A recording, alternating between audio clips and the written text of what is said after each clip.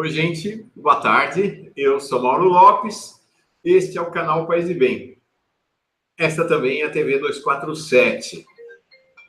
Hoje, segunda-feira, 5 horas da tarde, ao vivo, estamos conversando uma entrevista aqui no canal País e Bem. Mais uma entrevista com o professor Pedro Lima Vasconcelos. Na verdade, é a continuidade de uma conversa que teve tanta repercussão na segunda-feira da semana passada, que houve tanto pedido para a gente continuar, que nós estamos continuando hoje. Estamos fazendo a segunda parte de uma conversa sobre o tema do fundamentalismo religioso. Então, hoje, agora, aqui ao vivo, nesse instante, segunda-feira, 5 horas da tarde, na TV, no canal Paz e Bem, e nesta terça, na TV 247. Muito provavelmente, 1h30 da tarde, vai ser retransmitido na TV 247. Tá bom? Todo mundo pediu, estamos aqui. Vamos falar de fundamentalismo. Boa tarde, Pedro. Alegria te ver. Boa tarde, Mauro. Tudo bem? Boa tarde, a comunidade Paz e Bem. Estamos aqui para a segunda rodada. Essa conversa desafiadora, exigente, importante. Enfim, vamos lá. Mais atual do que nunca, né? Mais atual do que nunca. Vocês vão ver como é mais atual do que nunca. Deixa eu saudar quem já chegou aqui para a nossa conversa. Opa, mais atual do que nunca. Eu estou aqui, botei o eco da nossa fala aqui agora. Desculpa, gente, estou arrumando aqui. Então, quero saudar. Bom, eu já contei no Paz e Bem, contei no Giro das 11 hoje, conto agora de novo para explicar. Eu fui ver um arco-íris maravilhoso que estava, quando eu estava nadando o domingo aqui, estava acompanhando meu filho Luigi, que estava surfando, e eu não estou podendo surfar, estou com o bait bem forte, e estava lá e choveu, parou, sol, um arco-íris maravilhoso, e eu sempre levo meu óculos, eu sou um ceguinho, 6,5 de miopia, 2,5 de astigmatismo. Quando eu não vou surfar, eu levo óculos aqui para, em determinados momentos, olhar alguma coisa. Aí vi o arco-íris, botei o óculos para olhar, pum, veio uma onda, levou meu óculos embora. Então, estou com óculos velhos aqui que não é multifocal, então eu não enxergo de perto direito. Não enxergo de perto direito. Como eu falei de manhã, essa coisa aqui para mim era muito estranha quando era pequeno. Meu avô tirava o óculos para enxergar. Eu faço agora a mesma coisa. Então, para chegar pertinho, eu tenho que tirar o óculos por enquanto, até voltar a ter meu multifocal. Elvira Gonçalves, boa tarde, Elvira. Uma alegria a gente estar junto. Jorge Luiz Fernandes Barreto, te saudando aqui, Pedro. Leeme, não sei quem é, não sei, a Leia, de Francisco Morato. Tá bom, Leia, muito bem-vinda. A Jaissa está presente em todas as nossas conversas aqui. Sônia Mourão, Sandra Altava, Luciano Santos, a Sueli Bauer, Maria Marlene Daniel, Júlio Gerosa. Ô, Júlio, nossas conversas, temos muita conversa boa aí pela frente. Josi Rodrigues, Regina Parenz, Ivanildo. Ele está vendo a Maria do Rosário, que está passando agora lá no 247 ao mesmo tempo, com a turma, as meninas do Por Elas, que são ótimas. Tiveram o nosso encontro do 247 nesse sábado. Elas são excelentes mesmo. Terezinha Matas, Humberto Alves, José Gonçalves Filho, Pedro Lula Cândido, direto de São Francisco Xavier. Ô, coisa boa, muito bom. Leonardo Fittipaldi Torga, a Maria, boa tarde. Maria Jorge Teotônia, Doroteia, Lu, chegou atrasado? Não, chegou na hora, Doroteia, estamos começando agora.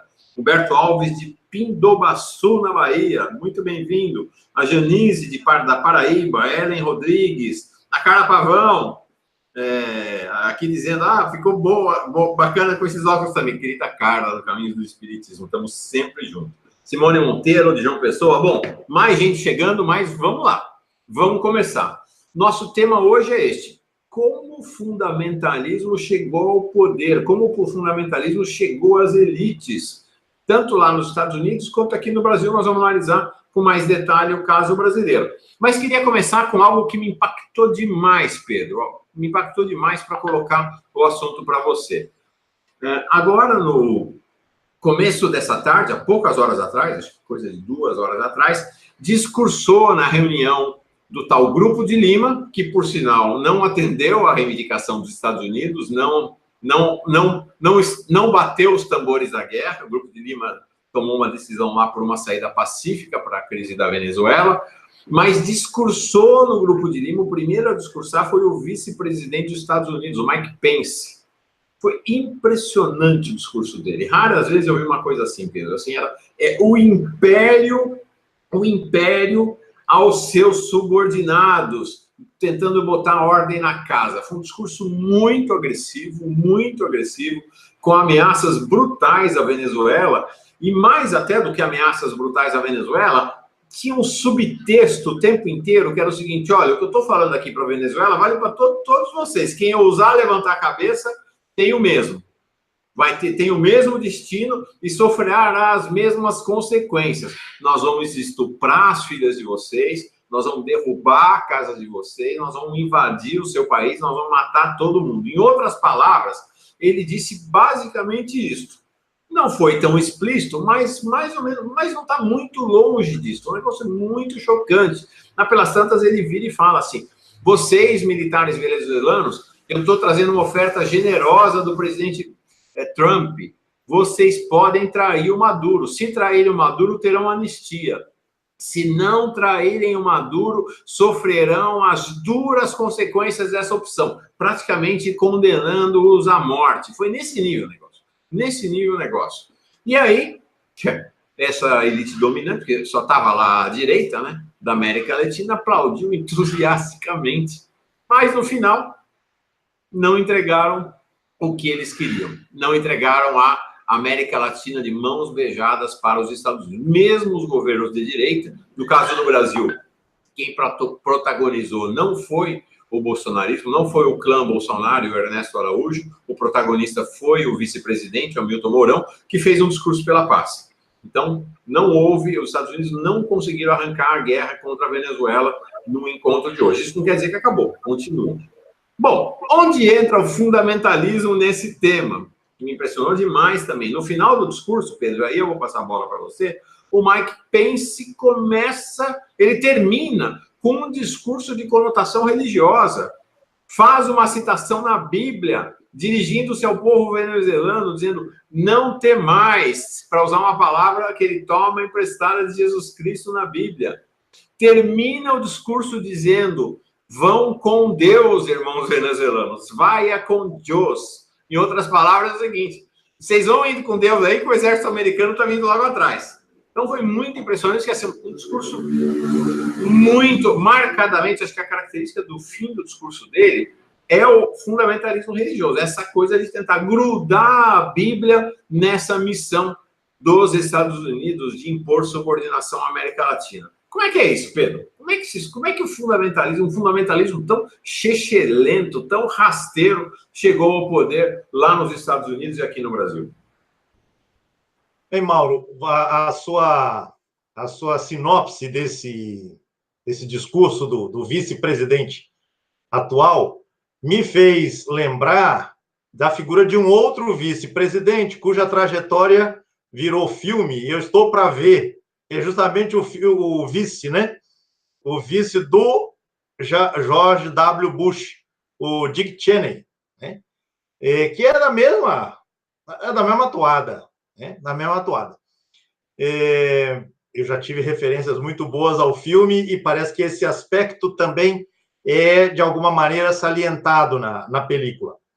Por outro lado, se a gente quer entender ou quer ter uma imagem que permita verificar como essa forma grotesca, né, de o religioso se imiscuir no político se mostra, vamos recordar novamente, eu falei disso na semana passada, vamos lembrar da cena da votação do impeachment contra Dilma.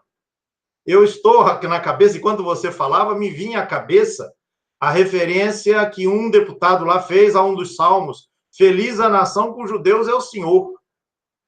Ou então a própria fala patética, cínica, hipócrita de ninguém menos que aquele que assinava pelas suas empresas com o nome de Jesus.com, um tal de Eduardo Cunha, que as pessoas ainda devem se lembrar.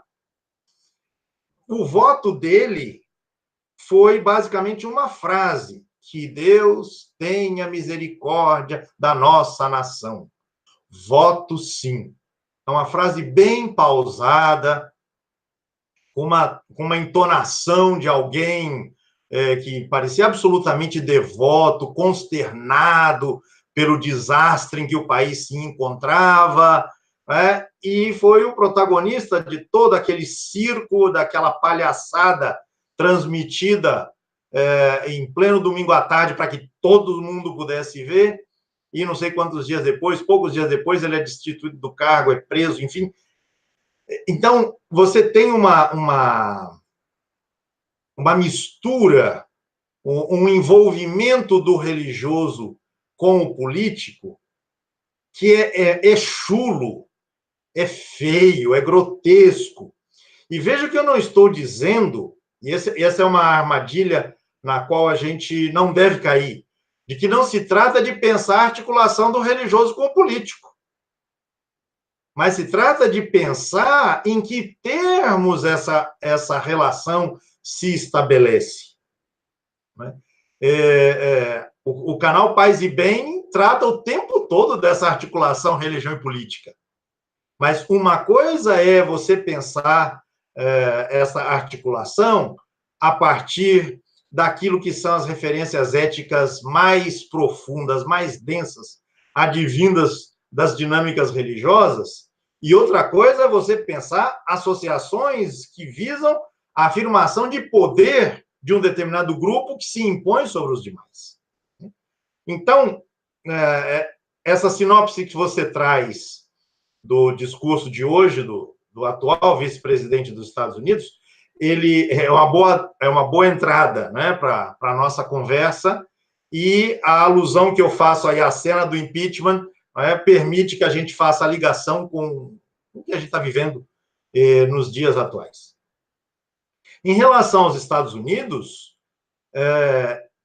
todos os governos republicanos, pelo menos aqueles dos quais eu tenho consciência de ter acompanhado, né, a partir ali do Reagan, então Reagan, o Bush pai, depois o Bush filho e agora o Trump, todos esses governos são mais ou menos marcados por essa ótica fundamentalista e o renascimento do fundamentalismo nos Estados Unidos, que justamente nós dizíamos no encontro passado, ocorre, né, no final dos anos 70 do século passado. Esse recrudescimento, ele vem para cá, ele vem para a América Latina, vem em particular para o Brasil, também por um outro fator. Nós estamos na América Latina, nessa época, anos 70, anos 80, em plena vigência das ditaduras militares e das resistências aos governos ditatoriais, muitas delas alimentadas pela mística cristã, né, pela espiritualidade cristã, que tinha sua expressão teológica na teologia da libertação. Então, as correntes fundamentalistas que vêm para o Brasil, né, nessa época, são de matriz estadunidense, esse vínculo é muito fácil de ser estabelecido, né? E isso vai crescendo, até chegar ao momento que nós nos encontramos agora. Então, se eu entendi, elas vêm para o Brasil, inclusive, para combater diretamente a teologia da libertação. Isso talvez explique por que eles odeiam tanto, por exemplo, o Leonardo Boff. Sim, sim. No tempo que eu fiz teologia, ali em meados dos anos 80, se falava muito de um documento de Santa Fé, produzido sob a inspiração e sob o apoio do Departamento de Estado estadunidense. E nesse documento se colocava claramente que um obstáculo para a afirmação dos interesses dos Estados Unidos na América Latina eram todos os movimentos em torno da teologia da libertação, as comunidades de base, as pastorais sociais, etc., etc., um mundo que você conhece muito bem. E que isso era necessário que fosse combatido. E combater com as armas que eles diziam que os inimigos tinham. Né? Ou seja, você tem que dar uma resposta contrária, né, apresentando uma outra perspectiva de entendimento do evangelho, do cristianismo, etc. Isso será estimulado a partir dos Estados Unidos. Então, todo o movimento de ocupação de espaços em rádios e televisões, que vai acontecer exatamente nessa época, se as pessoas aí da nossa idade se lembrarem, isso vai ser muito forte a partir desses anos. Até que você vai ter um desses fulanos que vai adquirir uma rede de televisão. E isso vai ser replicado. Enfim, esse movimento continua até hoje. E se você pegar a literatura que essas empresas, efetivas empresas, produzem aqui, ou editam aqui e disseminam nos seus respectivos públicos, você não tenha dúvida, essa literatura religiosa vem dos Estados Unidos, dos segmentos fundamentalistas. Não é difícil comprovar isso.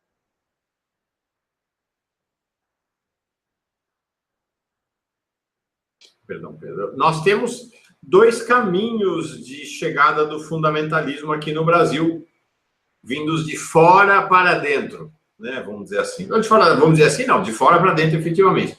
A gente tem um caminho que é esta importação do fundamentalismo evangélico, né, da teologia da prosperidade, das igrejas evangélicas, que vem, de fato, sob influência direta dos Estados Unidos. Então, a gente olha para uma igreja universal do reino de Deus e outras expressões, são expressões que se vinculam diretamente às expressões norte-americanas, com laços, né, pessoais, laços de interesses, laços empresariais, laços religiosos.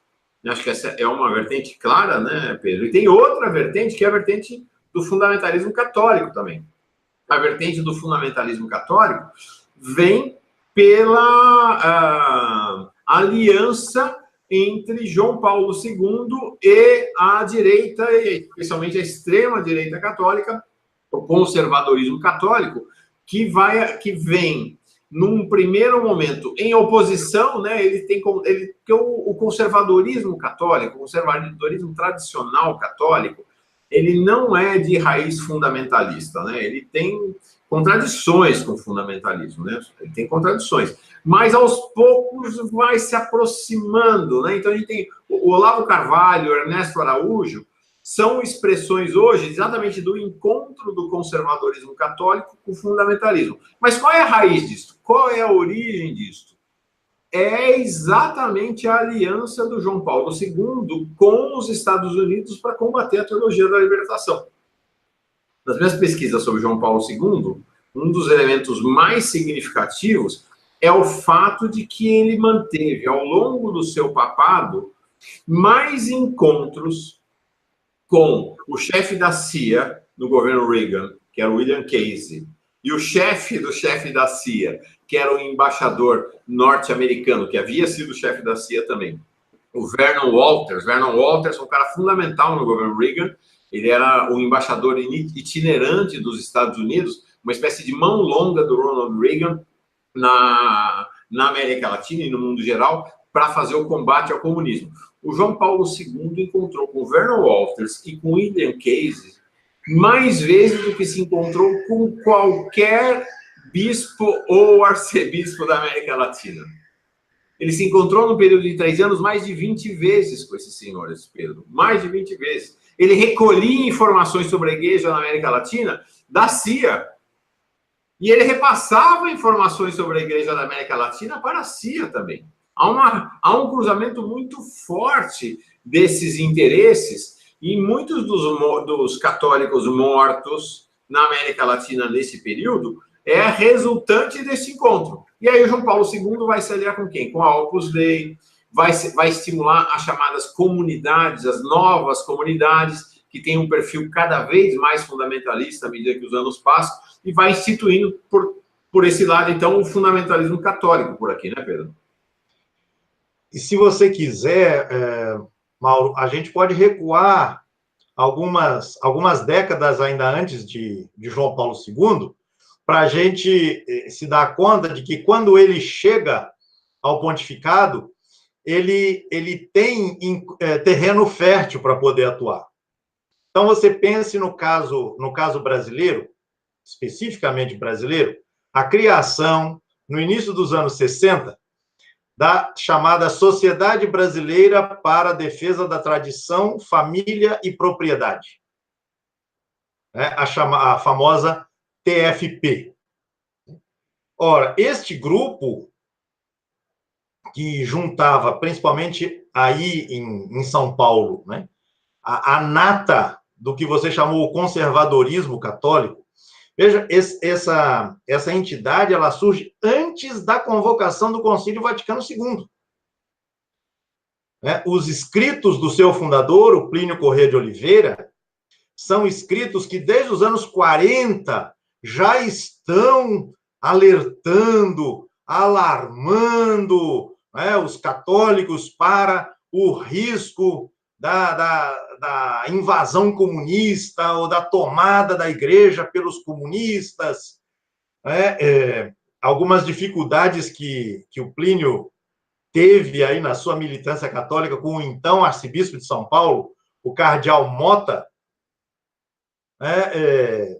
O cardeal Mota não estava longe de ser um progressista, mas era um cara aberto, era um cara que tinha uma cabeça arejada em termos eclesiais e políticos, né? E o Plínio, que era jornalista, trombou com o então cardeal de São Paulo e foi afastado das suas funções. Já naquela época, ele falava da ameaça comunista que pairava ou que vinha na direção da igreja aqui no Brasil, na América Latina, né? Então, você veja que esse temor, ele precede, repito, a própria convocação do Concílio Vaticano II.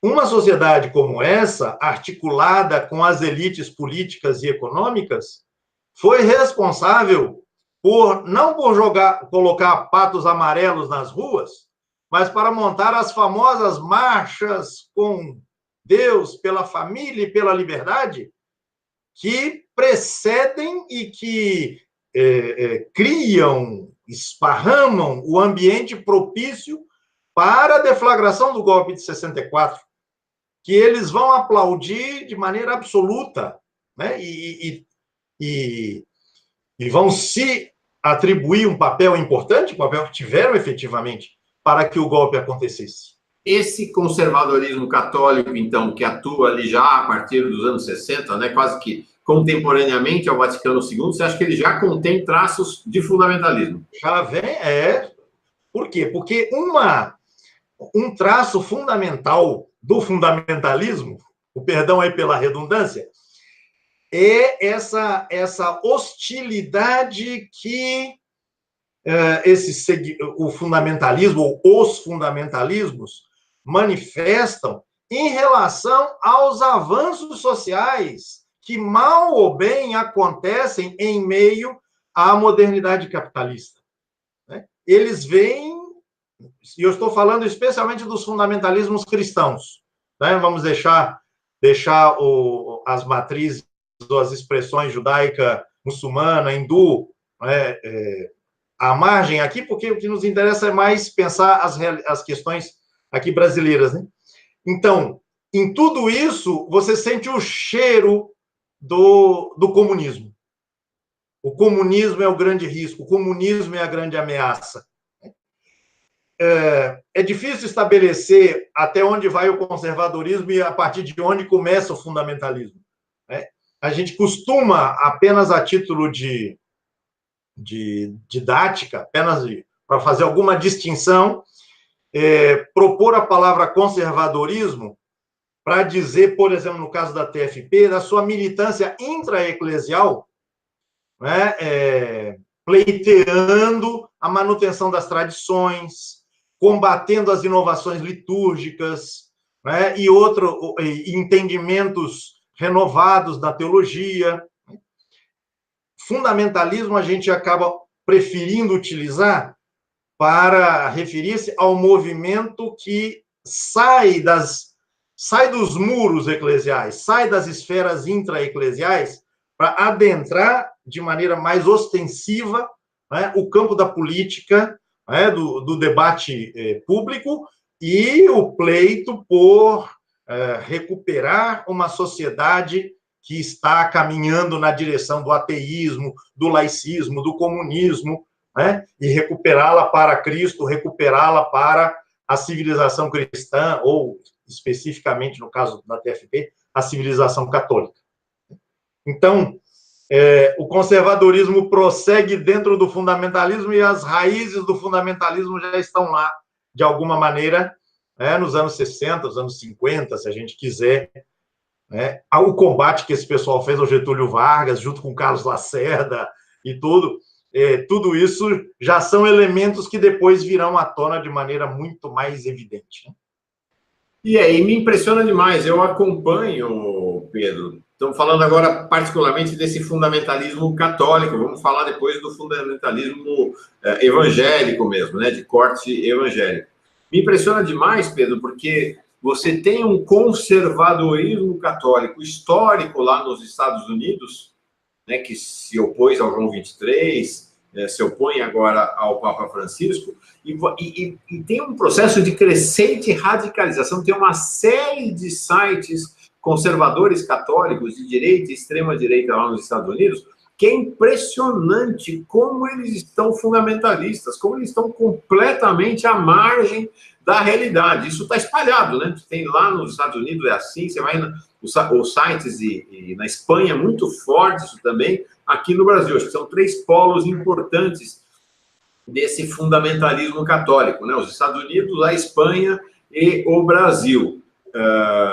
E as características... Agora, uma coisa interessante é que aqui no Brasil você vai ter uma crescente convergência, aproximação do fundamentalismo católico com o fundamentalismo evangélico, né? Então, você tem um governo hoje no qual convivem o fundamentalismo católico ali, simbolizado pelo Olavo de Carvalho, pelo Ernesto Araújo e pelo ministro da Educação, o Vélez Rodrigues, que convivem com o fundamentalismo evangélico, né, simbolizado pela Damares, simbolizado pelo próprio Bolsonaro, né, simbolizado pelo presidente do Senado, por todos esses outros líderes aí do fundamentalismo, que para nós, aqui no Brasil, até é estranho não falar dessa vertente do fundamentalismo católico, porque ele nunca se expressou. A gente, quando pensa fundamentalismo, pensa em evangélicos no Brasil, né? Mas é uma combinação dos dois e cada vez mais próximos, né, Pedro? Essa combinação você encontra também nos Estados Unidos.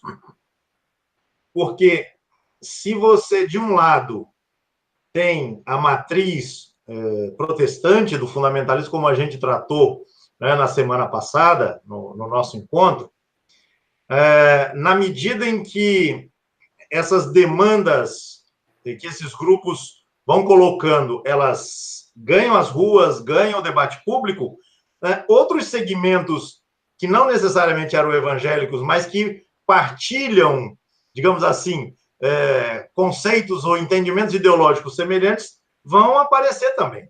Né?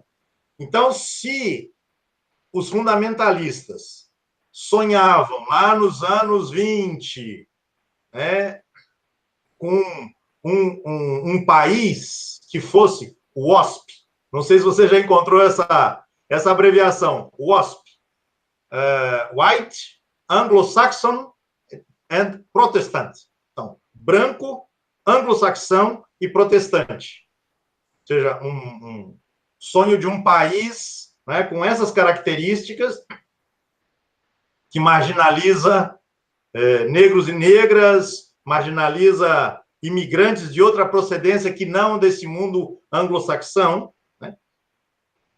Na hora que você chega aí já nos anos 70, nos anos 80, você tem grupos católicos que, aí você disse muito bem, a referência a João Paulo II, que saem do armário, né, podendo contar com um pontífice com esse perfil.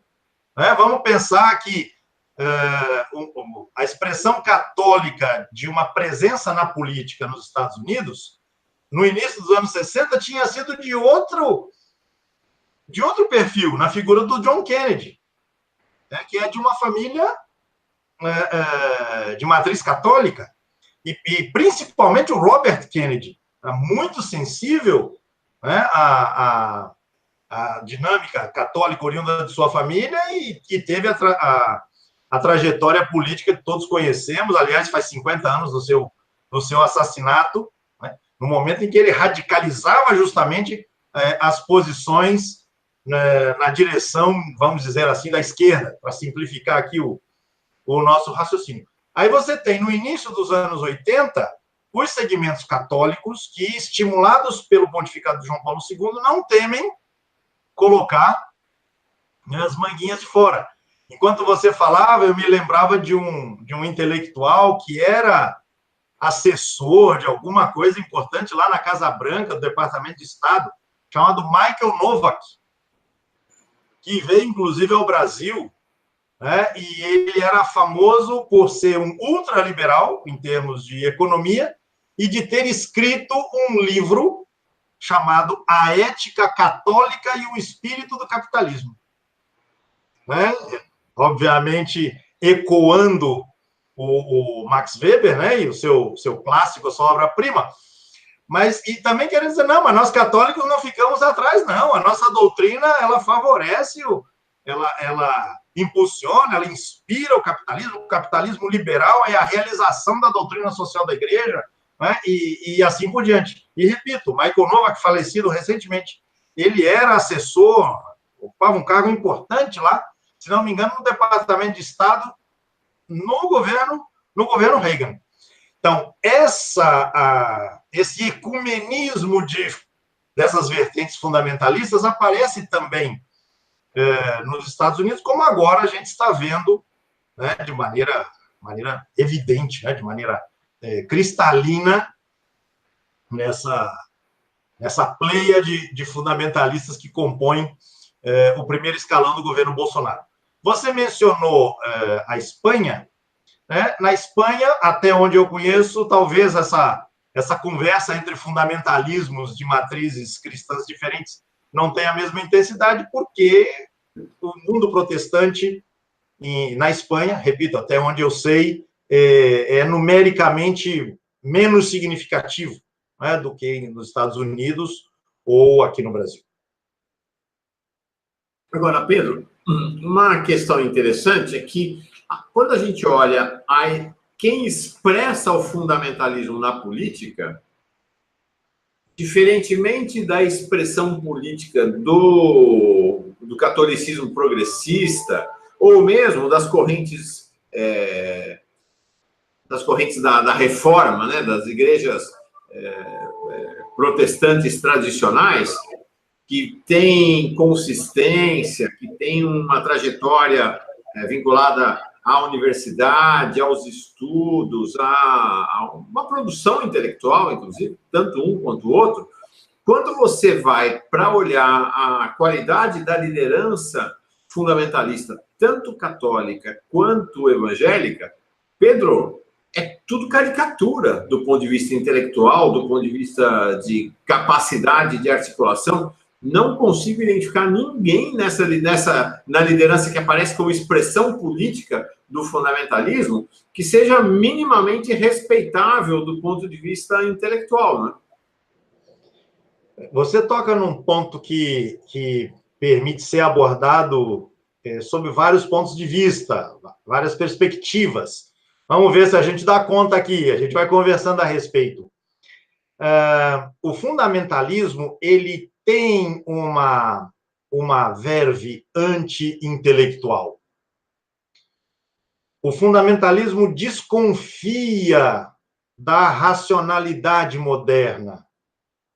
O fundamentalismo teme que a mensagem religiosa seja reduzida a alguns postulados aceitáveis à razão humana. O combate que o fundamentalismo faz à modernidade é, em boa parte, um combate a essa tendência intelectualizante, né, que o pensamento teológico, o pensamento religioso, no diálogo justamente com a razão filosófica, se vê desafiado a fazer. Como o mundo, né, que o fundamentalista vê é um mundo hostil, é um mundo que se organiza para destruir a tradição, para destruir a religião. Então, isso que soa para nós alguma coisa estranha, alguma coisa que, repito, é grotesca, isso tende a ser visto nesse universo como um valor. Então, figuras, a gente certamente está pensando aqui em muitas, né? Quando trata desse assunto, elas não temem dizer que lideranças religiosas do mundo progressista são vendidas, não são efetivamente religiosas, né? Não acreditam em milagres, não acreditam na verdade inerrante absoluta da Bíblia, né? Falamos disso semana passada, né? E aí se servem de passagens, por exemplo, como a da primeira carta aos Coríntios, capítulo 1, né, em que Paulo desdenha da sabedoria dos sábios e afirma a loucura, né, que combate, né, que vai na contramão dessa sabedoria, para se apresentarem dessa forma. Então, isso que nos estranha, né, no universo em que esses líderes atuam, no meio do seu público, isso é visto como uma expressão de ousadia, de coragem, de destemor. Esse é um aspecto. Acho que é um outro. Vamos comentar pelo menos mais esse segundo. Essas pessoas podem ser e são efetivamente limitadas do ponto de vista intelectual. Podemos desconfiar da boa vontade, da credulidade que essas pessoas têm em relação a seus próprios empreendimentos, embora não seja esse aqui o nosso ponto, né? Mas pessoas que transformaram sua atividade religiosa em verdadeiras máquinas de ganhar dinheiro, fazer dinheiro, reproduzir, etc. Mas essas pessoas falam ao coração das pessoas. Esses líderes falam ao coração das pessoas. Por isso, as imagens que a gente de vez em quando vê, né, nas televisões, né, de milhares de pessoas, né, ali, né, absorvidas por aquela performance, não é só a palavra deles, mas é a performance. Né? Então, fulano tem que gritar, o outro tem quase que plantar bananeira, o outro tem que apresentar uma cena, né, uma cena que beira o ridículo, mas isso ganha o coração, as mentes de tantas pessoas que se veem tocadas no seu interior, nas angústias mais profundas que vivenciam, nas carências mais sofridas que experimentam no cotidiano. Né? A palavra dessas pessoas, desses líderes, dessas líderes, nunca é uma palavra fria. Como costuma ser frio o discurso ancorado na racionalidade, na lógica, né, na concatenação de ideias, o discurso acadêmico. Então, isso que soa para nós, né, um limite, obviamente, né, as lideranças dessas igrejas, desses empreendimentos, né, feitos em nome de uma proposta fundamentalista cristã, né? Essas lideranças são extremamente limitadas intelectualmente, mas elas fazem deste limão a limonada. Né? E justamente isso lhes permite falar de maneira simples, falar a linguagem do povo, e junto com a performance, né, a palavra dentro da performance, atingir o coração, a emoção, os afetos dessas pessoas que se veem profundamente tocadas. Mas é interessante, né, Pedro? Porque se a gente for olhar do ponto de vista histórico, há formulações conservadoras no catolicismo, não estou falando do evangelismo, no catolicismo, muito consistentes ao longo da história. Mesmo hoje, você vai lá para a Itália, você tem lá um jornalista de extrema direita, atualmente de oposição brutal, visceral, Francisco, ao Papa Francisco, que é o Sandro Magister, que é uma referência aí para a direita, ele é um intelectual, ele é um cara com uma formação densa, fala várias línguas, ele dialoga com intelectuais na Itália e tudo. Mas é muito curioso como isso vai se degradando, vai se degradando, vai se degradando, quando chega na ponta da política, a expressão que aparece é de uma bizarrice brutal, né? Você vai perdendo, né, essa conexão. É verdade. Você tem toda a razão. E talvez a gente possa pensar que no caso brasileiro, né, o pessoal fundamentalista, né, perdeu ou nunca teve a vontade de estabelecer um diálogo, uma discussão, um debate num nível academicamente mais qualificado, né, e já foi aliar-se a essas expressões as mais grotescas, não é, que a gente tem na política, né? Então, a gente pega no mundo católico, né, uma figura como a do padre Paulo Ricardo. Você conhece bem, né? Ordenado por João Paulo II, né? Ou seja, alguém que assumiu claramente essa cartilha, né? Mas não há dúvida, na hora que chegar a campanha política, não terá medo nenhum em dizer meu candidato é Bolsonaro. Não, o pessoal não teve nem vergonha de fechar os livros, aí dizer meu candidato é Bolsonaro. E eu fico pensando em figuras destacadas da Opus Dei que fizeram a mesma coisa, né? Eu estou pensando aqui naquele advogado famoso, o Ives Gandra Martins, que também, com muita clareza, vem deixando claro há muito tempo quais são suas opções de ordem ideológica, de ordem política, e no pleito do ano passado, sem dúvida nenhuma, por toda a trajetória que fez, eventualmente terá votado no primeiro turno no Alckmin, mas no segundo turno você não tem dúvida, né, de quem foi que recebeu o voto de alguém que trilhou esse caminho. Eu cito nomes que são conhecidos, mas tantos outros, né, certamente foram pelo mesmo caminho, né? Sem medo do grotesco. Né? Eu estou pensando aqui na fala do Breno Altman, que é aquele grande comentador aí também, colaborador do 247, né? Ele diz: o processo político varreu a centro-direita. Digamos que esse pessoal até gostaria de ser adepto da centro-direita comportada, né, tucana, etc. Mas isso foi varrido da cena política. E na hora de fazer a opção, não tiveram dúvida. Né? Assumiram essa veste grotesca e claramente fundamentalista.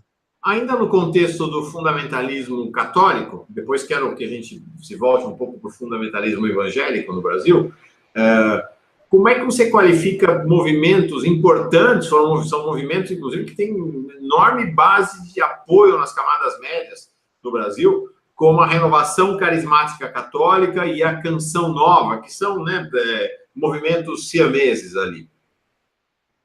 Bem, a Canção Nova fez uma recepção, né, de gala para o presidente eleito Jair Bolsonaro. Isso responde?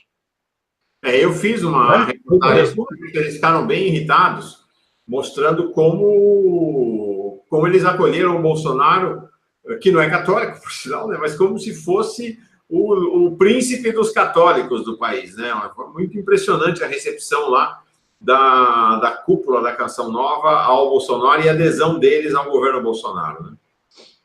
Veja, eu sempre costumo colocar, já disse, vou repetir, essa pelo menos é a minha maneira de lidar com os conceitos, né? Isso pode variar de um autor para outro, de um estudioso para outro, mas para o meu entendimento, ajuda a pensar assim: você tem movimentos que apostam numa agenda conservadora ou até restauradora, né? No caso católico, então, movimentos que dentro da igreja se colocaram contra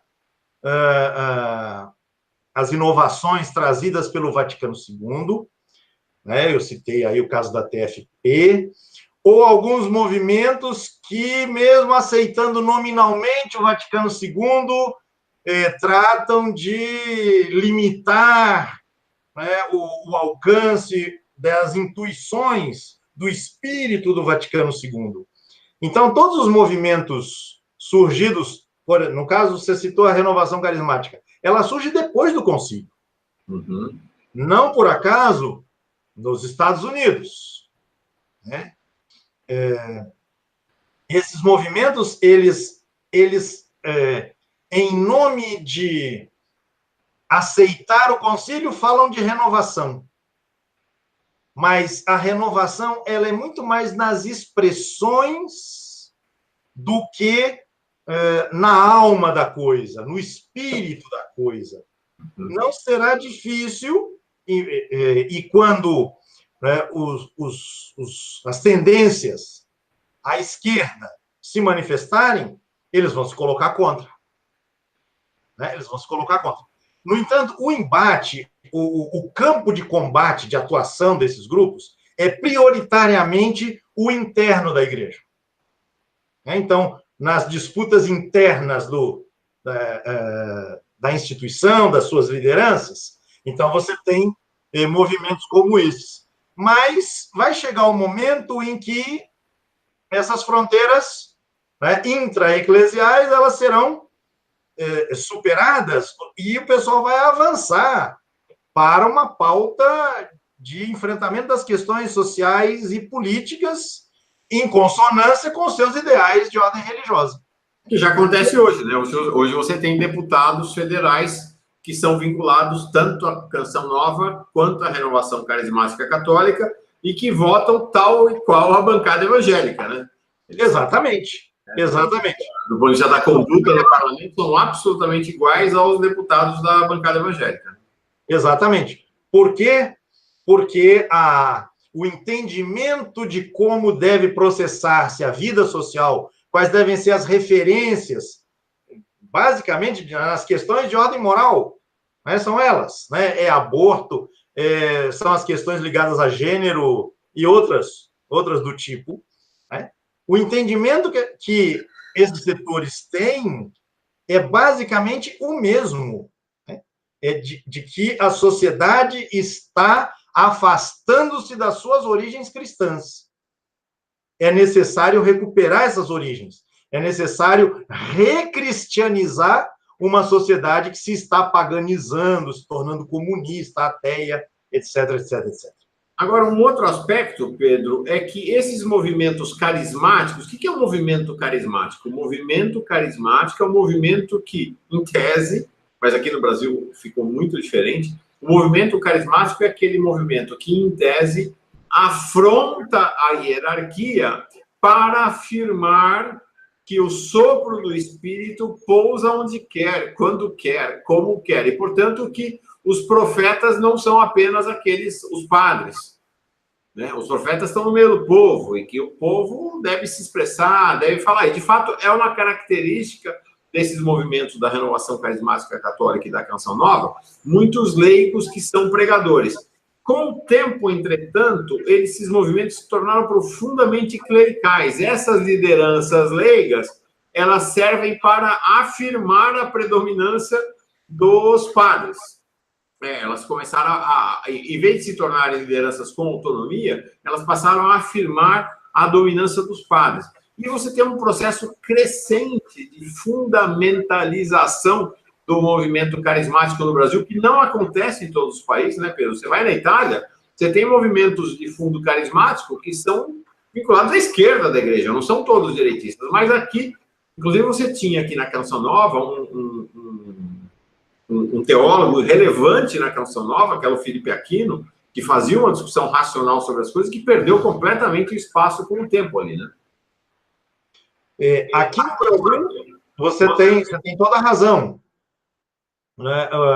O movimento carismático, de carismático nesse sentido que você apontou, só tem um nome.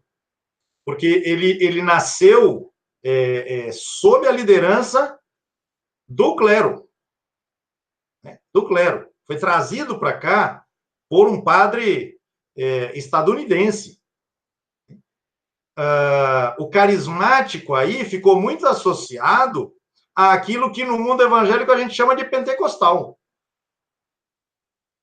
Ou seja, a expectativa, o anseio por experimentar aquilo que, no entendimento deles, foi o que ocorreu com os discípulas de Jesus, reunidos no cenáculo no dia de Pentecostes, de acordo com o capítulo 2 do livro dos Atos dos Apóstolos. Então, o Espírito que desce como línguas de fogo sobre cada uma daquelas pessoas, e elas começam a falar em línguas estranhas, o chamado fenômeno da glossolalia, o falar muitas línguas, mas não são vários idiomas, são expressões sonoras incompreensíveis do ponto de vista das línguas, comuns que as pessoas têm. E essas palavras incompreensíveis são tomadas como manifestações do Espírito essas palavras serão interpretadas, serão compreendidas e são tomadas como as palavras divinas dirigidas ao coração de cada fiel e ao conjunto da comunidade que está reunida naquela oportunidade. Então, essa perspectiva do carisma que se coloca como um contraponto às tendências da institucionalização e do poder, está longe do movimento carismático, ou, se você quiser, do pentecostalismo católico. E que esse pentecostalismo católico é muito aparentado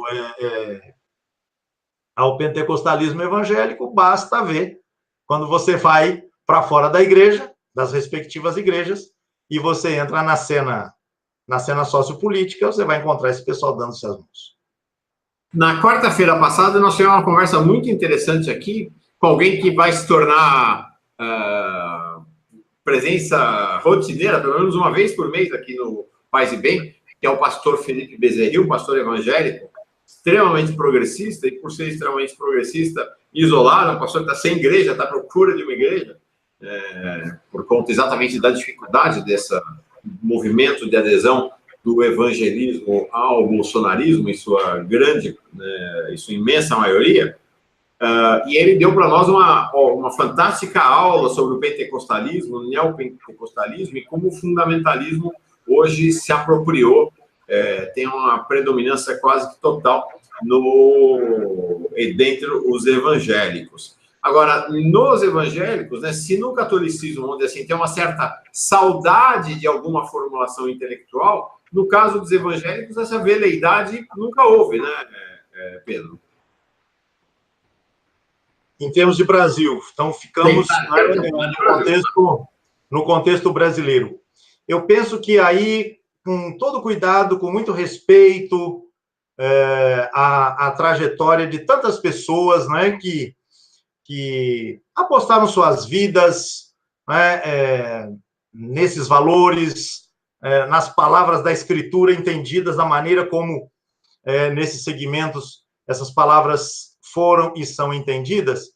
Então, é preciso pensar a trajetória do movimento pentecostal no Brasil, relacionando este movimento com a trajetória das igrejas evangélicas históricas, vamos chamar assim, aquelas oriundas, basicamente, da Reforma, e que então vieram da Europa, e algumas delas dos Estados Unidos na metade ali do século XIX. Então, são movimentos diferentes, que acontecem no interior do evangelismo. Esse segmento histórico, ele tem uma presença pequena em termos numéricos, na história brasileira.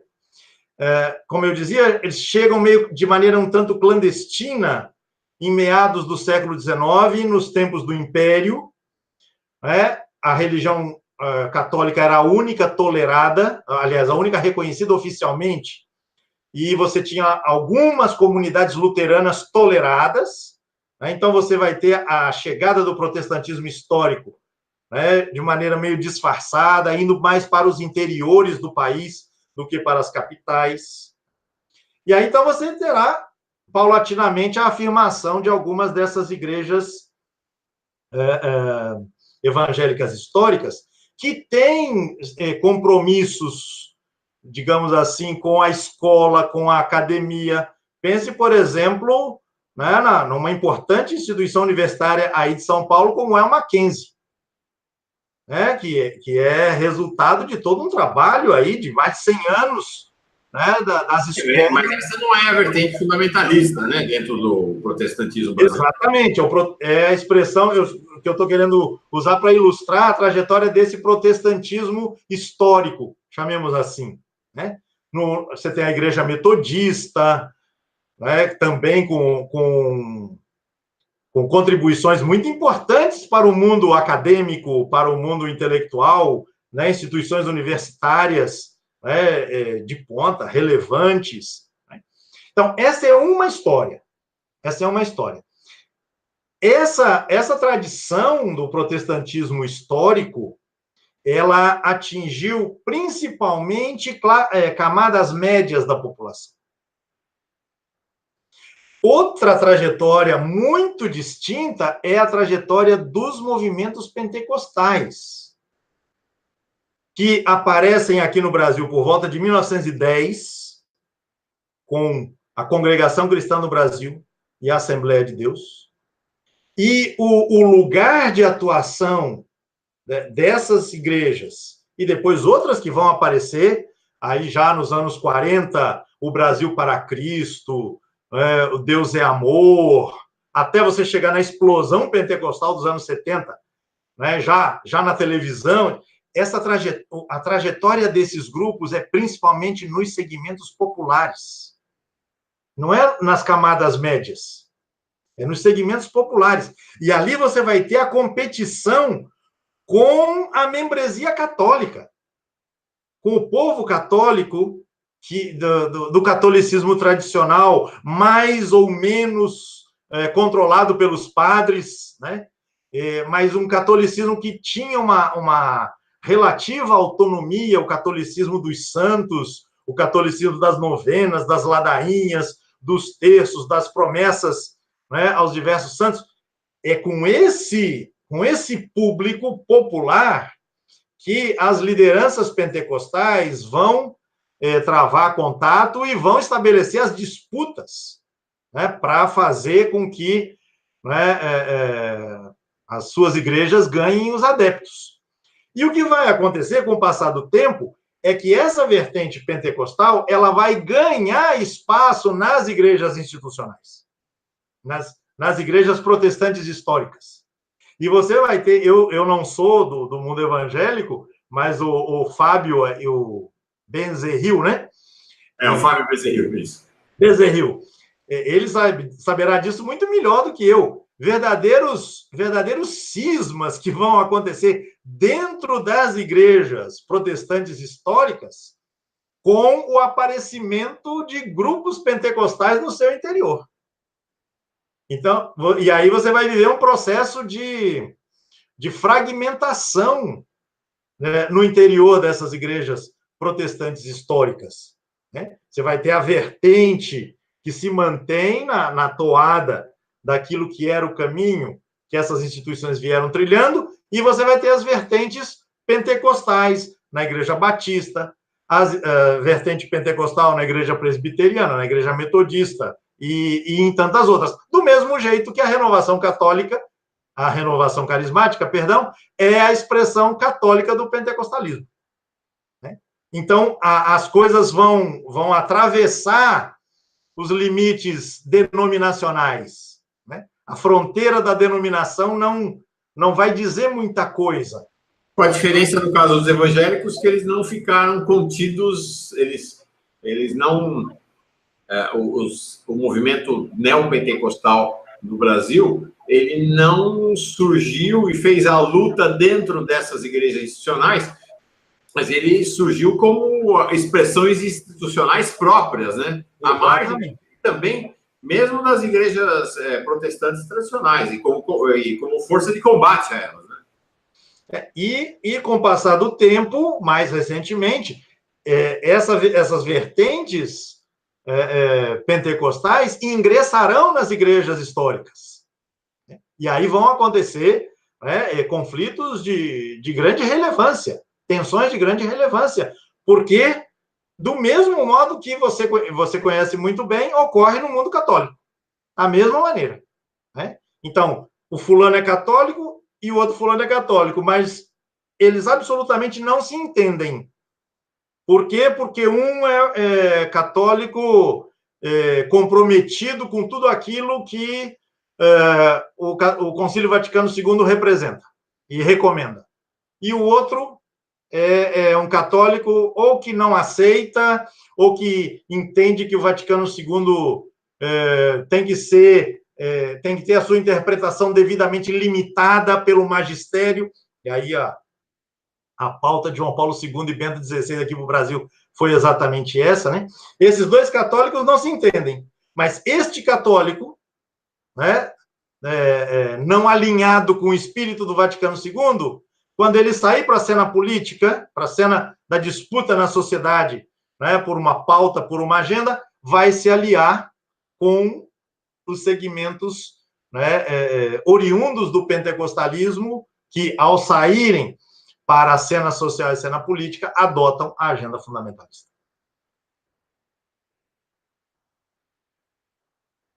Estamos num movimento aí de grande crescimento, né, desses movimentos dos evangélicos, né? Na quinta-feira, teremos uma entrevista aqui no Paz e Bem com o professor José Eustáquio, do IBGE, talvez o maior especialista no Brasil em pensar a demografia religiosa no país, né? Não há ninguém que acompanhe tanto esses movimentos aí da mudança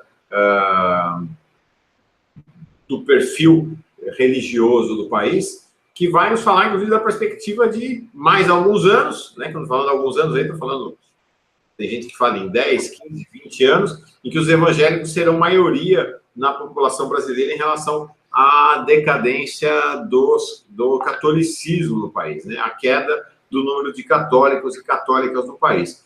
A origem da queda do número de católicos e católicas no país, Pedro, e aí vou te convocar para fazer um pouco de futurologia, está tendo muito raio aqui, a completa dissonância que a base de pessoas cristãs católicas do país enxergou entre a palavra e a ação dos seus líderes, né? Entre o que os padres falam e o que os padres são, entre aquilo que os bispos anunciam e aquilo que, de fato, eles executam na sua vida cotidiana, né? Essa dissonância entre palavra e ação é uma das bases aí da corrosão do catolicismo entre o povo, né? Do povo. E as pessoas foram encontrar esta consonância, ou estão encontrando esta consonância nas igrejas evangélicas, nas igrejas pentecostais e neopentecostais. Mas aí eu queria trazer uma coisa para você, né, Pedro? O tempo deles vai chegar também, porque você tem claramente uma dissonância já das grandes lideranças dessas igrejas, uma clara dissonância entre a palavra e a ação, né? Então, hoje você tem as grandes lideranças do evangelismo no Brasil, são todos picarestas, né? Ladrões, né? O Edir Macedo, o Silas Malafaia, todos os grandes líderes do evangelismo no Brasil, eles são, eles em si mesmos, a contradição entre a palavra e a ação, né? Entre a palavra e a existência. Então, parece que essa é uma questão com a qual os evangélicos também, em algum momento, apesar desse crescimento que a gente vem assistindo, e vamos conversar sobre isso com o José Eustáquio na quinta-feira, é uma questão que vai se colocar para eles também, né? Essa é sempre uma Essa é uma situação que não é exclusiva desse momento, nem foi algo peculiar da trajetória católica no Brasil. É a dinâmica que, de novo, Max Weber, né, o sociólogo, nos ajudou muito a entender, né, a dinâmica própria dos processos de institucionalização.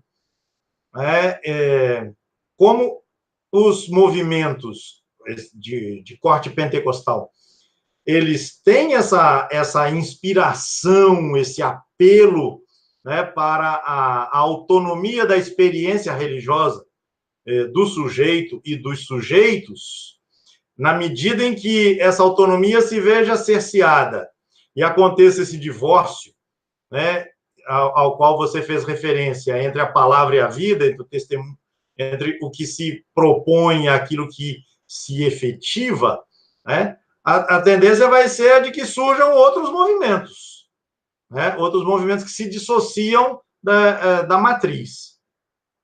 Agora, Mauro, enquanto você falava, eu pensava numa outra faceta do problema que talvez valha a pena também trazer à tona.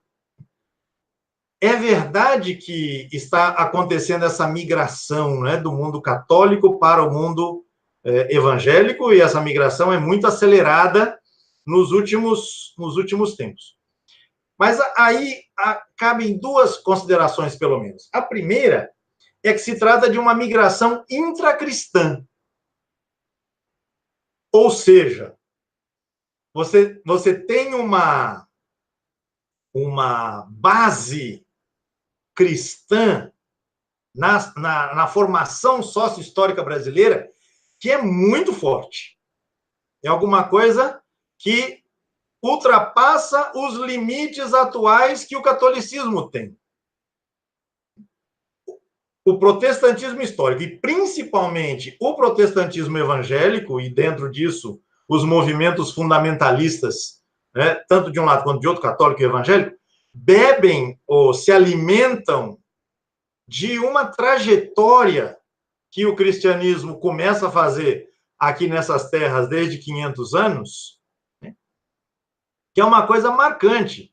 Eu me lembro de uma conversa que eu tinha alguns anos atrás com um colega cientista da religião, estudioso das tradições adivindas do Oriente. E ele é estrangeiro, e ele dizia, eu me admiro que o budismo, por exemplo, e nenhum demérito, né? Mas é uma constatação que ele fazia. Eu sou estudioso do budismo, e o budismo aqui no Brasil decresce. Ele pelo menos essa era a informação que ele trazia ali. Né? Veio com imigrantes japoneses, veio com outros segmentos, mas é como se ele não encontrasse o terreno fértil, aberto. Opa, vamos checar isso com o José Eustáquio Diniz Alves na quinta-feira. Perfeito, isso é um tema para falar do budismo. O budismo que causa tanto frisson, né, nas camadas médias. Como é que isso acontece no país, né? Esse professor, um professor da PUC, um grande amigo, muito querido, chamado Frank Uzarski, ele dizia, não sei se isso mudou, mas era a conversa que a gente tinha há um tempo atrás, né, de como uma expressão religiosa recém-chegada ao Brasil e tem um outro percurso, né, estranho, um percurso estranho ao percurso cristão, né, ele tem dificuldade de se enraizar. Ao contrário da trajetória dos grupos evangélicos e pentecostais, especificamente. Né? Parece que o chão, né, foi fertilizado pelas missões católicas, pela expansão que o catolicismo recebeu ao longo de vários séculos aqui na nossa história. Então, esse elemento, ele é importante. Via de regra, o pentecostal evangélico de hoje, a pentecostal evangélica de hoje, tinha seu pai e sua mãe católicos. Ou essas mesmas pessoas eram católicas. E era muito comum, inclusive, que pessoas que eram adeptas daquele chamado catolicismo não praticante, essa expressão você conhece bem, né? Num certo momento aderem a uma expressão religiosa, basicamente pentecostal evangélica, e saem dizendo, finalmente encontrei Jesus. Ora, o que as pessoas faziam, né, nos seus tempos de católicos e católicas? Então, essa migração, ela é intracristã. Isso é um elemento que vale a pena ser pensado e verificado aí com novos dados, né, que as estatísticas trazem, né? Você pode verificar aí com o seu entrevistado de quinta-feira, o Eustáquio. A outra observação que eu queria fazer é de que muitas vezes, você certamente escutou isso, os segmentos conservadores e fundamentalistas católicos diziam que a expansão do pentecostalismo evangélico se devia ao fato de que a teologia da libertação tinha produzido um desvio da fé, tinha feito as pessoas se preocuparem apenas com o ativismo social, com as questões políticas, as questões relacionadas à pobreza, e as pessoas não querem apenas pão, elas querem a palavra de Deus. E como os padres não ofereciam a palavra de Deus, elas iam buscar isso no mundo evangélico, basicamente pentecostal. Não sei como estão as estatísticas atuais, mas alguns estudos aí do início dos anos 2000, 2005, por aí, davam conta de que não era isso. Quanto mais a ação comprometida socialmente de católicos e católicas, inspirados pelos valores evangélicos mais profundos, ela acontecia, menos você tinha a migração do mundo católico para o mundo evangélico pentecostal, né? E o contrário também se manifestava. Quanto mais a pauta católica levada adiante era a do freio às inovações, às intuições, ao espírito do Vaticano II, quanto mais se buscava frear esses avanços, né, mais essa migração à qual nós estamos nos referindo, ela acontecia. Não sei como é que estão as estatísticas hoje, tendo a entender, tendo a concluir, a achar que esse movimento continua nessa direção. Em outras palavras, para concluir esse raciocínio, essa migração ao mundo evangélico de pessoas que, na sua origem, eram católicas, em grande parte ela se dá, além do tal do divórcio ao qual você fez referência, a palavra da vida, há uma decisão das lideranças católicas conservadoras de corte fundamentalista, mas principalmente preocupadas com o interno da igreja, de buscarem para a igreja uma irrelevância social. Nós não nos metemos em política. Não nos importa, né, o que acontece para além das fronteiras da igreja. E aí estamos. Eu estou recuperando aqui um artigo que escrevi há tempos atrás, mas, de fato, na quinta-feira com o José Eustáquio Diniz Alves, lá da Escola Nacional de Estatística, um dos maiores estatísticos do Brasil, especialista nesse tema da migração religiosa, nós vamos olhar isso detidamente. Mas escrevi um artigo tempos atrás sobre as mentiras que se falam em relação à teologia da libertação. E uma delas é exatamente a de que a sangria de católicos deve-se à teologia da libertação no Brasil, como o Pedro falou, né? As pessoas querem ouvir o discurso religioso, não querem ouvir falar em discurso social, como se a teologia da libertação fizesse isso. Então, é muito curioso, porque o que a gente tem é o seguinte, a curva é muito impressionante. A teologia da libertação entrega, vamos dizer assim, o país ali nos anos 80, tá? Nos anos até, deixa-me ver aqui o número exatamente, até quando é? Até os anos 80, que é quando começa o papado nossa, gente, eu não estou chegando nada. Quando começa o papado de João Paulo, você tinha 88,96% de católicos no país. Aí, a partir daí, a teologia da libertação começa a ser combatida, e o combate passa a ter grande efeito a partir dos anos 90. Tem uma queda para 83%. Mas é nos anos 90 para os anos 2000 que, de fato, a teologia da libertação é encurralada no país pelo conservadorismo católico. Então, neste período, vamos dizer que a teologia da libertação, o seu auge foi vivido ali entre os anos 80 e 90, você tinha 83,34% de católicos no país. Sabe quanto é hoje? 68. 68. Então, não só é mentira a ideia de que a queda deveu-se à teologia da libertação, como há uma aceleração na queda de católicos no país, quando a hegemonia da igreja brasileira passa às mãos do conservadorismo e do fundamentalismo. É uma aceleração brutal, ao ponto de cair agora a 68% de católicos. Você tem razão, Pedro, é uma conversa fiada essa acusação feita à teologia da libertação. Bom, é isso. Nossa Senhora, já 1h22. Vamos encerrar essa conversa, Pedro. Queria, então, um olhar teu agora, então, para encerrar, fazer um balanço sobre essa questão de como é que está o poder no Brasil hoje, né? Como é que os fundamentalistas estão entranhados no poder no país hoje, né? Você vai me permitir uma palavrinha ainda sobre a vertente, né, protestante do fundamentalismo? Todas. Né?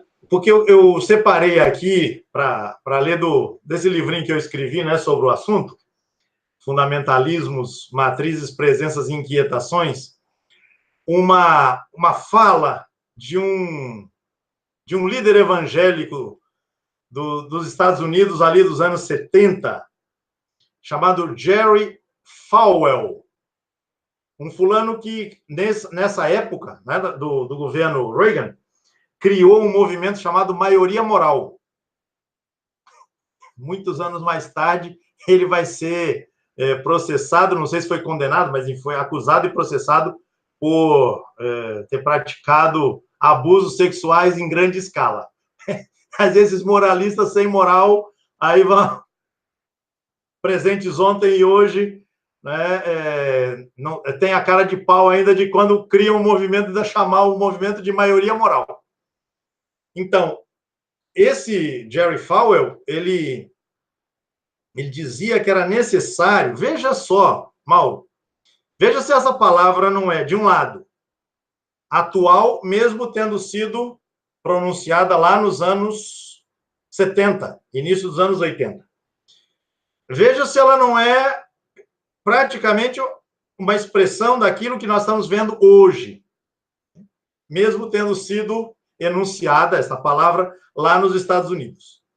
Então, esse Falwell dizia do ideal que ele acalentava de fazer renascerem tantas e tantas pessoas que ainda não haviam percebido que o seu país, são palavras minhas para introduzir a fala dele, seu país, os Estados Unidos, era o país de Deus.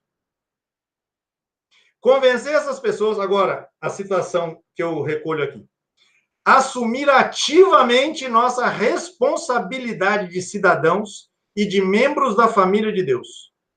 Precisamos nos mobilizar para eleger representantes que não só reflitam no governo a moralidade da Bíblia, como elaborem políticas interna e externa que protejam nosso país e nosso estilo de vida. O que a gente faz com um parágrafo como esse? Ele vai dizer, em outra oportunidade, o seguinte: acredito que haja esperança para nosso país, porque cremos em Deus e oramos, porque nós, cristãos, lideramos a luta para proibir o aborto, que é um crime por encomenda, porque nos posicionamos contra a pornografia, o tráfico de drogas, a ruptura da família tradicional americana, a promoção de casamentos homossexuais, Por que apoiamos uma defesa nacional forte para que este país sobreviva e nossos filhos conheçam a América que conhecemos?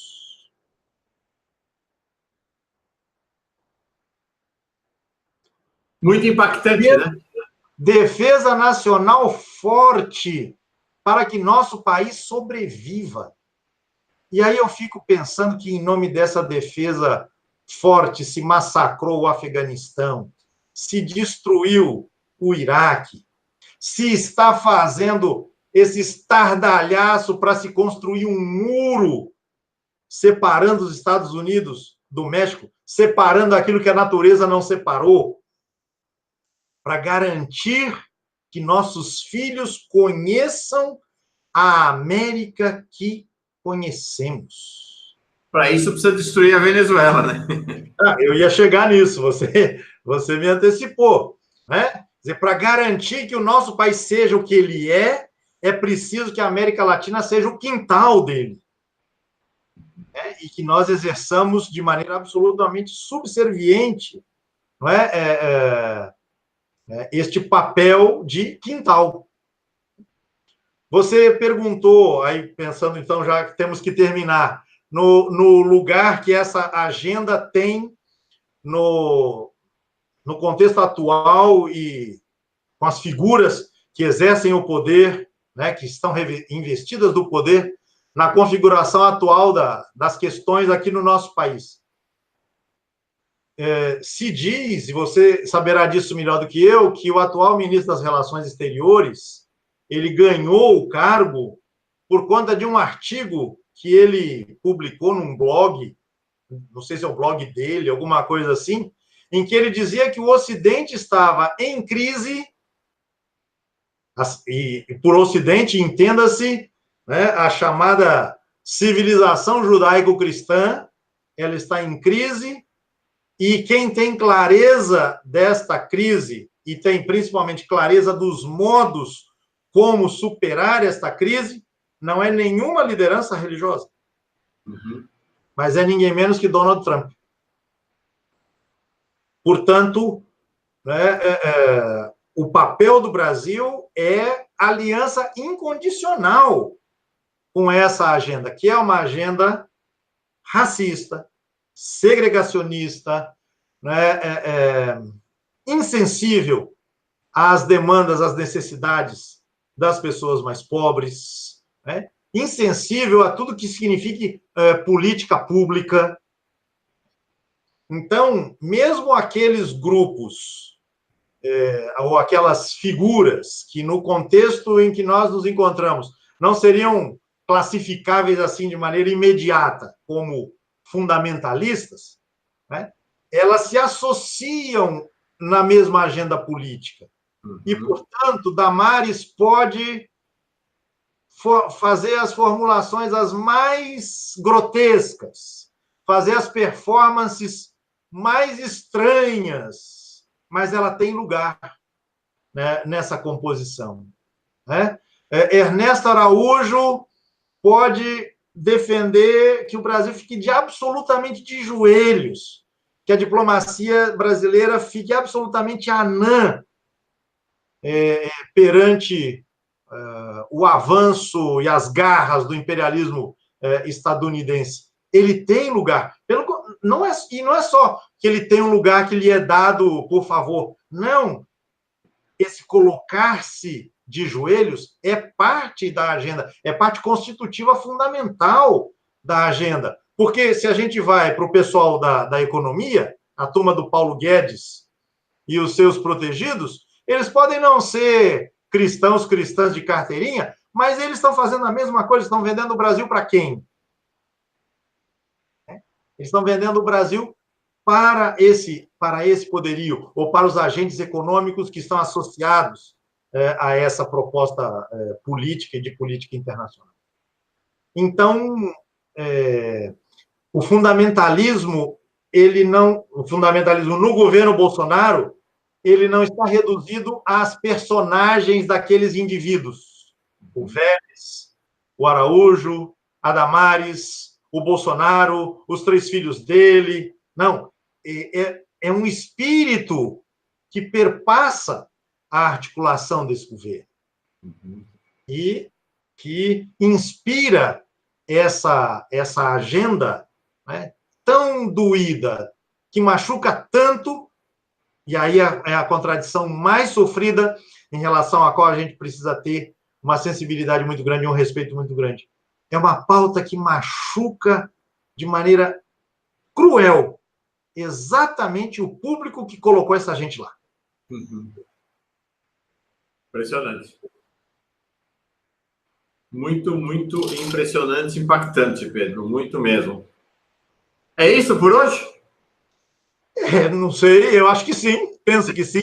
Na verdade, essa conversa poderia ir longe. Nós passamos o nosso horário aqui bastante, 1h30. O tempo passa. Eu falo que nós passamos o nosso horário, na verdade, a gente tem tempo para ir adiante aqui no canal Paz e Bem. Nossa programação ainda é uma programação cada dia mais intensa, como é intensa, mas a gente ainda tem espaços mais largos. Mas se a gente começa a crescer muito, depois não consegue espaço na TV 247, que lá é disputado o espaço. A programação na TV 247 cada dia mais extensa, né? Cada dia mais alongada. Então, extremamente rica. Muito riquíssima. Então, a gente não pode ultrapassar muito, porque depois não encontra espaço na agenda, na grade de programação da TV 247. Então, vamos encerrar por aí. Acho que tivemos hoje um complemento fundamental para aquela introdução ao tema do fundamentalismo. Opa, a gente está usando muito fundamental e fundamentalismo, né? Tivemos, então, um complemento muito importante para a abertura que foi feita na segunda-feira passada, da apresentação histórica do fundamentalismo, para discutir hoje a questão do fundamentalismo no cenário atual, né? Começamos com Mark Pence e fomos terminar aqui com o governo Bolsonaro. Acho que foi realmente mais um bom encontro, uma boa aula, conversa, diálogo com o professor Pedro Lima Vasconcelos. Deixa eu falar da programação do canal Paz e Bem esta semana ainda. Nós, esta semana, temos, na quarta-feira, o Faustino Teixeira vai conversar com a gente sobre budismo, né? O Pedro tocou no tema do budismo aqui, o tema vai ser exatamente o budismo, na quarta-feira, 5 horas da tarde, aqui no canal Paz e Bem. Gente da TV 247, quem está assistindo pela TV 247, é sempre no dia seguinte. Então, se é quarta-feira, 5 horas, aqui no canal Paz e Bem, passa na quinta-feira na TV 247. Na quinta-feira, no canal Paz e Bem, nós temos 2 conversas, 2 entrevistas importantes. Às 3 da tarde, com o monge Marcelo Barros, vamos falar sobre fé e política. Em que medida a fé e política estão convergem? O tema de hoje. Falamos sobre fé e política na perspectiva de olhar para o fundamentalismo. Com o monge Marcelo Barros, vamos olhar sobre outra perspectiva, né? A convergência de fé e política como experiência de libertação.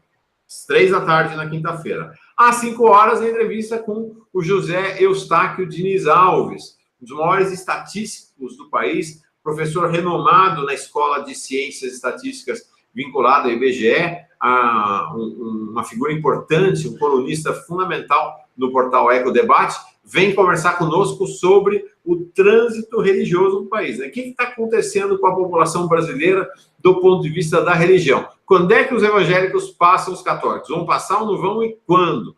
Como é que está a expressão, como estão as outras expressões da religiosidade no país hoje, do ponto de vista da denominação institucional? Vai ser bem interessante essa conversa com o José Eustáquio. Então, essa é a programação que nós temos, então. Terça ou quarta, Faustino, e quinta, Marcelo Barros e José Eustáquio Diniz Alves. Programação quente a semana, né, Pedro, depois de você? O Paz e Bem também está incorporando a sua programação, incorporando nomes significativos da reflexão séria, fundamentada, né, sobre, né, o lugar da religião, né, na constituição da sociedade, da cultura, tanto aqui em termos de Brasil quanto em termos mundiais. Eu só tenho a parabenizar você, Mauro, por essa sua disposição em ir atrás, né, dessas contribuições, reuni-las, né, numa pauta que vai fazendo, então, do Paz e Bem uma referência tão significativa, e agradecer também pelo lugar que você tem oferecido a mim, né, para trazer aqui também um pouquinho dos meus pensamentos, refletir um pouquinho em voz alta com uma comunidade de tantas e tantas pessoas, né, com as quais esses encontros têm sido partilhados aí desde o curso sobre Canudos Belo Monte. Pedro Lima Vasconcelos é uma referência aqui no canal Paz e Bem e também na TV 247, né? O curso Canudos realmente foi um negócio, assim, em um mês a gente virou o Brasil do avesso, assim, um negócio impressionante a repercussão do curso de Canudos, o Belo Monte de Antônio Conselheiro, muito, muito importante mesmo, acho que ele foi fundamental nesse início para a afirmação do canal Paz e Bem, nesse seu início, e nós não vamos largar o Pedro, nem o Pedro vai largar a gente, estamos juntos. Então, no canal Paz e Bem, além dessas programações, vamos dizer assim, extraordinárias, a gente tem o dia a dia. O dia a dia é o Paz e Bem, né, às 6 da manhã aqui no Paz e Bem, 7 da manhã na TV 247, toda terça e quinta, às 7 da manhã, aqui no Paz e Bem, o Caminhos do Espiritismo. Sim, gente, porque tem espírita progressista nesse país, tem muito espírita progressista. Os irmãos, irmãs, amigos e amigas do Coletivo de Estudos Espiritismo e Justiça Social são gente progressista, de esquerda, né? São a imensa maioria socialistas. E vem aqui falar do Espiritismo para nós, toda terça e quinta-feira. Uma apresentação completamente diferente daquilo que as pessoas estão acostumadas a conhecer como sendo o Espiritismo no Brasil, que é também dominado pelo conservadorismo. Pedro, não tenho como te agradecer. Nós vamos dar um pulo com o Pedro. Semana que vem não tem Pedro. Semana que vem é carnaval. O Pedro mora lá no Nordeste, mora em Alagoas. Vai pular o carnaval com todo o povo nordestino. Então não tem Pedro na semana que vem. Na segunda depois do carnaval, nós começamos nosso curso Retalhos da Nossa História. Começaremos o curso, então, na segunda-feira, depois do carnaval, para tratar da questão das santidades indígenas. Vamos começar, então, o Retalhos da Nossa História com os povos originários do Brasil. Daí para frente, vamos tratar de todas as expressões de religiosidade popular relevantes na nossa história e como elas afrontaram o poder estabelecido no país. É isso, né, Pedro? É isso, mas eu preciso fazer um reparo. Eu não vou pular o carnaval. O carnaval aqui em Maceió aconteceu no sábado passado. Porque... o grande momento do carnaval aqui em Maceió é uma semana antes, porque muita gente daqui vai para Recife, né? O carnaval de rua, do frevo. E lá em Recife existe o bloco famoso, o Galo da Madrugada.